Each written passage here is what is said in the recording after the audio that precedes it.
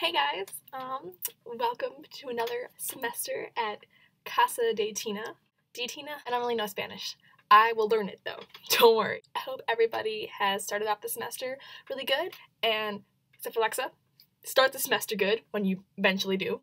Things are going good so far. Classes I feel like are going to be a lot harder this semester. A lot more mathy stuff I'm doing, which I'm not excited about because you all know how much Tina loves the math. How great she is at it. I actually didn't even have a calculator. I had to call my mom and then have her send me a calculator because I never brought one to college. I don't know why I didn't bring a calculator to college. Whatever.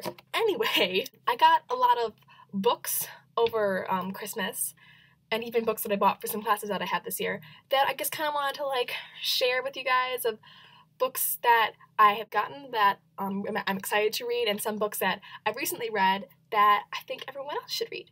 So, without further ado, since yesterday, The Fault in Our Stars trailer came out. Oh my god. I, died. Tears streamed down my face. I cannot wait to see this movie. Comes out on June 6th, so mark your calendars. If you guys haven't read The Fault in Our Stars by John Green, I very much suggest that you read it, now. Because you want to make sure you read it before the movie comes out. And it is, one of the best books I've ever read.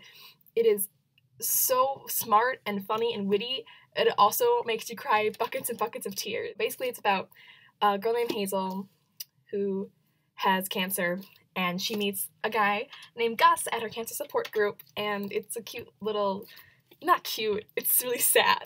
Well, it's a cancer story, so what do you expect? But it's a little, love story between the two of them, and it is really, really, really well written. So it says damn near genius from a review from Time magazine. So it is not just damn near genius, it is genius, and I think everyone should check it out. Next, for Christmas, I got the new Dan Brown book, Inferno. I don't know if you guys have read any Dan Brown books before. He's one of my favorite authors. He wrote The Da Vinci Code, Angels and Demons, which I have on my shelf back there. Those are all the ones that are in the same kind of series. They're about the same character, Robert Langdon, who is a symbologist at Harvard University, who gets involved in all sorts of crazy stuff. I don't know if you guys have seen The Da Vinci Code or Angels and Demons. They're movies. They're not that good, so I would suggest not seeing them, reading the books instead, because they're a lot better. I haven't read this yet. I'm really excited to.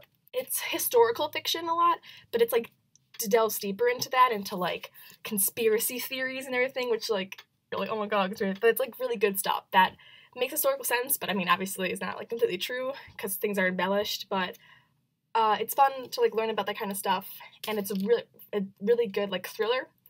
You turn the page and you can't stop reading it. This one is about, hold on, I actually don't know what it's about. It's actually about Dante's Inferno, kind of. Jackson, I walk through the flames, Dante. Another book that I have read is, I don't know, can't really see it. It is the 5 People You Meet in Heaven by Mitch Albom, and it's about this guy named Eddie who dies. Spoiler alert, not really a spoiler alert. It happens in the first chapter. It actually counts down his death in the first chapter, which is really, really morbid, but it works. And it's all about his experiences, going through heaven and meeting 5 people.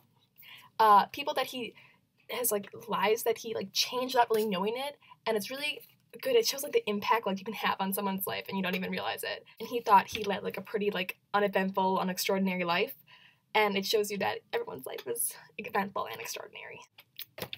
I recommend that. Next, I haven't started reading yet, but I really, really need to. I keep putting it off because I have other books to read. But Divergent, as you all can see, movie's coming out in March? I don't really know. Everyone's talked about this, about how it's really good. I've heard kind of The Hunger Games. Actually, kind of heard some things that it's not that good either. I haven't read it yet, so I can't give any opinion. Maybe once I finish reading it, I can do a review or an opinion about it. If I read it, I don't know. I don't really know much about it besides the trailer that I've seen for the movie. Post-apocalyptic, they have to pick what faction they want to be in, if they want to be brave or selfless, or that's only two I know what those two. And then they have to live there for ever. But she's divergent, which means she's everything, which I think everybody's everything. I don't know. I don't know anything about this book yet, except for the trailer. But if you guys have read it, Like, let me know if it's good or if it's, like, worth reading. Next, this is a book I actually read last semester for a class I was in, International Studies. It's called Beyond the Beautiful Forever's Life, Death, and Hope in a Mumbai Undercity by Katherine. What's really weird about it is that it's nonfiction. Katherine is a journalist who spent 3 or 4 years, I don't remember, 3 or 4 years in Mumbai, India, in the slums, and she just collected stories from people and then wrote a book. So what's really interesting about this book is that it reads very much like fiction. The whole time I read it, I felt like I was reading like a novel, like a fiction story that she wrote, and I had to keep reminding myself that this is actually like real. So it's really easy to read in that way. Like, it reads like fiction. It's like really like eye-opening, I guess, that like these things happen. Abdul's the main character. Well, they're all kind of main characters, but and he has to like go and like scavenge garbage. That's like how he supports his family. He scavenges garbage, and then he like resells it. Not like garbage, like, I mean, like, people things just throw away that they could actually use. And then like they have to like police come in, and there's tons of corruption in the police department, and the city is trying to like build this new infrastructure, but it's not working because it's not helping the people in the city. It's helping like the country, but it's not helping like the individuals because their like slums are getting run over by people. It's a really good book to read if you're like want to learn more about issues like that, and how infrastructure and foreign aid in countries may not actually be helping people who really need it. And I think it's a really good story, and it reads really well, so I recommend it. Then this book is called Kindred, and it's by Octavia E. Butler. I have yet to read this. It's one of the books I have to read for my English class this semester, but I read the back of it, and I just thought it sounds super cool. It's about Dana, who's a modern African American, and she's snatched from her home in California and transported to like the old like slavery South, like time travel. And then there she meets Rufus, the white son of a plantation owner who is drowning, and Dana has been summoned across the years to save him. After this first summons, Dana is drawn back again and again to the plantation to protect Rufus and ensure that he will grow to manhood and follow the daughter who will become Dana's ancestor. I think this sounds really, really cool. When I first saw it, I just thought it was like African American, like kind of slavery story, but it's like science fiction kind of, and it seems really interesting, like time travel and like going back and like having to save like your ancestor to make sure that you live. Like, I think that sounds really cool. Kind of Back to the Future-ish, but not as cool as Michael J. Fox because he's the coolest. The next book that I got for Christmas and I haven't read yet, but I'm really excited. I think I'm going to set this maybe like this week or next week. It's called I Am Malala. It's about Malala Yousafzai. I don't know if I'm saying her last name right. I probably am not. I probably butchered it. She is I think she's 17 now, but back then she was a 15-year-old girl from Pakistan who fights for like girls' education and women's education in Muslim countries. And she was shot by the Taliban 2 years ago on her way to school. I don't know if you guys remember that story, but it was pretty big in the news at that time. And then she had to be rushed. She went to like the United Kingdom and did all this surgery, and she survived. And now she's still like a champion for like women's rights and especially education, and making sure girls get educated in Muslim countries. So she wrote a book about like her life, which is like really like crazy to think. I mean, she's only like 16 or 17 years old, and it's just how big this book is, and it's just like all like her life. Like, I haven't done anything in my life. She was the youngest person to be nominated for a Nobel Peace Prize, which I think is awesome.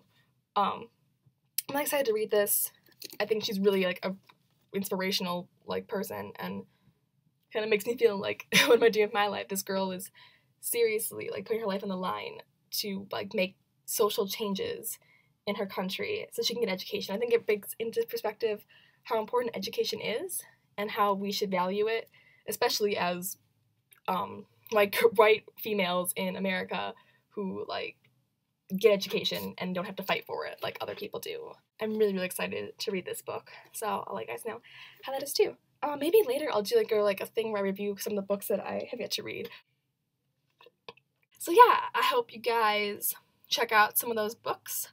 If you don't, whatever, I like them. I don't care if you don't. Adios, amigos. I'm gonna be really good at Spanish, guys.